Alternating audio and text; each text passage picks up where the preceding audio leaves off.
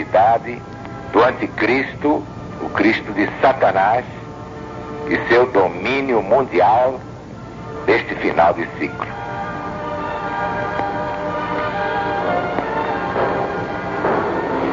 Livro do profeta Daniel, capítulo 7º, exatamente como se encontra no livro do presidente da LBV, Mensagem de Jesus para os Sobreviventes.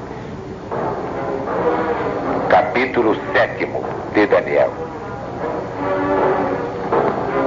Depois disto, eu continuava olhando nas minhas visões da noite, e eis aqui o quarto animal terrível, espantoso e sobremodo forte, o qual tinha grande dente de ferro, e ele devorava e fazia em pedaços, e pisava aos pés o que sobejava. Era diferente de todos os animais que apareceram antes dele, e tinha 10 chifres. Estando eu a observar os chifres, eis que entre eles subiu outro pequeno, diante do qual 3 dos primeiros chifres foram arrancados.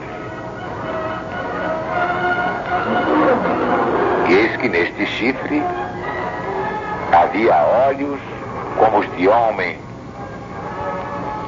e uma boca que falava com insolência.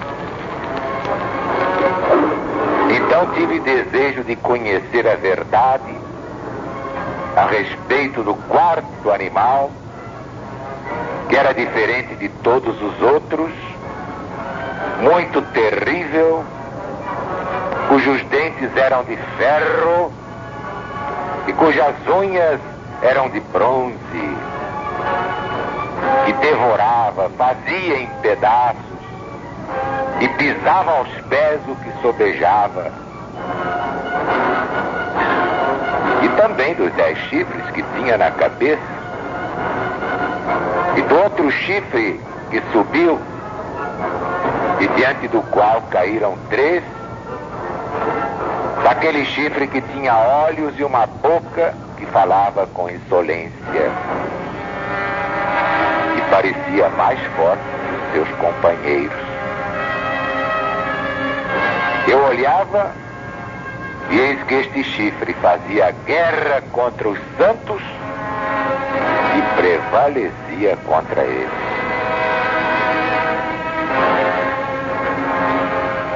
Meus amigos, meus irmãos, isto ainda vai acontecer. E quem vai prevalecer contra os santos de Deus, os escolhidos, não é o quarto animal, terrível, espantoso, sobremodo forte, com dentes de ferro e unhas de bronze, que devorava e fazia em pedaços, pisando aos pés o que sobejasse. Quem vai fazer guerra contra os santos de Deus, contra as ovelhas do rebanho único, e prevalecer contra eles, claro que transitoriamente, é o pequeno chifre que arrancou 3 dos primeiros chifres do quarto animal, espantoso e terrível, sobremodo forte, com dente de ferro e unhas de bronze. Os legionários já estão devidamente avisados. João, o vidente de Patmos, realmente já nos avisou em sua primeira epístola da vinda de muitos anticristos. Mas é claro que salientou o pior de todos, o anticristo do fim, que é exatamente o Cristo do diabo. Já expliquei aqui que assim como há a Trindade do bem, Deus, Jesus, Espírito Santo, Paráclito. Também há a Trindade do mal, Satanás, Anticristo, falso profeta. Este é o falso Cristo de Satanás.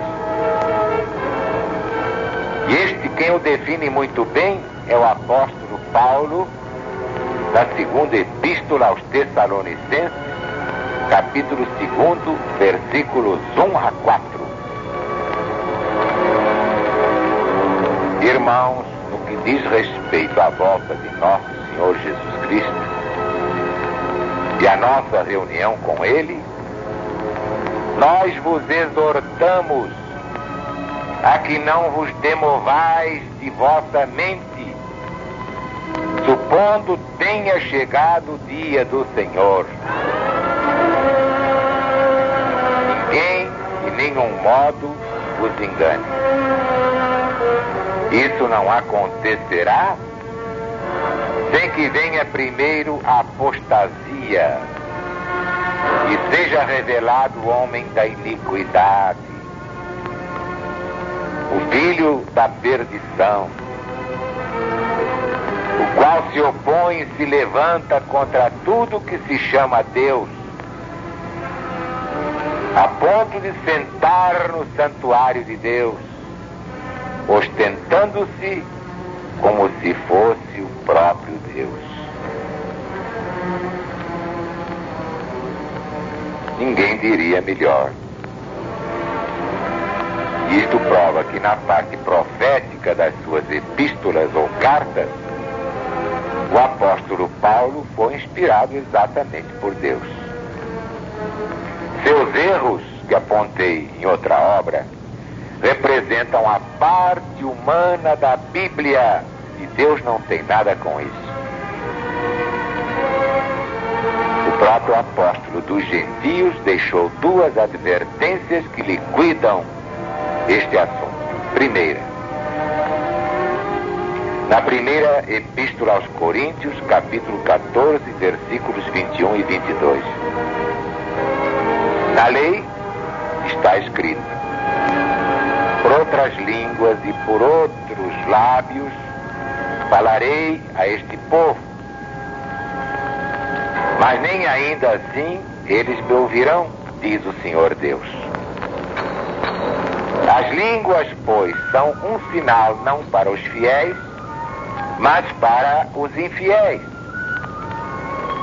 Agora, as profecias são um sinal não para os infiéis, mas para os fiéis.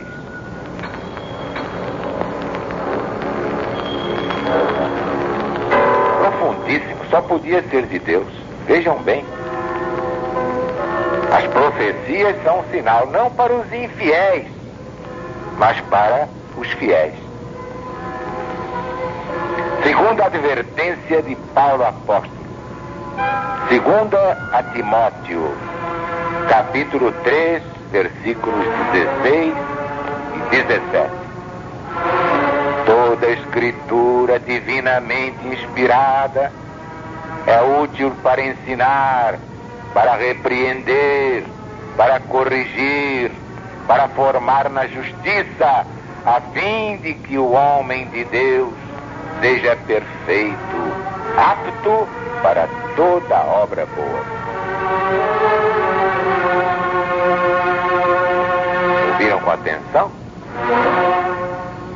Toda, isto é, qualquer escritura, porque não está escrito aqui toda a escritura, toda a Bíblia. Aí seria irremediável, seria a Bíblia toda. Mas não. Toda escritura, toda sem o A. Escritura, senão seria toda ela de Deus, mas não. Toda escritura, qualquer escritura divinamente inspirada é útil para ensinar, para repreender, para corrigir, para formar na justiça, a fim de que o homem de Deus seja perfeito e apto para toda obra boa. Então está aqui bem claro, não é toda a escritura. O que é de Deus é a parte profética. Os profetas foram apenas médiuns psicógrafos. Nem eles sabiam o que estavam profetizando. Por quê? Porque a profecia não era deles, era de Deus. Como quando Jesus diz: Aru, escreve aí. Eu escrevo e depois é que vou saber o que é que ele quer. Não, nós somos meros e ordinários instrumentos, nada mais que isso. Aí está o valor da pregação da LBV, que faz este discernimento fundamental. Há a parte divina da Bíblia, essa é eterna, e a parte humana da Bíblia. Deus não tem nada com isso. A parte profética, a divina, é infalível, porque vem de Deus. Agora a parte humana está cheia de fantasias, porcarias, como todas as coisas que saem da cabeça do homem. O homem tem fantasias, porcarias, não poderia deixar de tê-las na própria Bíblia. Mas Santo Agostinho, referindo-se à Bíblia, afirmou que é uma espécie de impiedade não ler aquilo que por nós e para nós escreveu a mão do próprio Deus. Coitado de Santo Agostinho, enganou-se redondamente. Deus não escreveu a parte humana da Bíblia, escreveu a parte divina, mas não a parte humana, que do contrário nem eu acreditaria em Deus.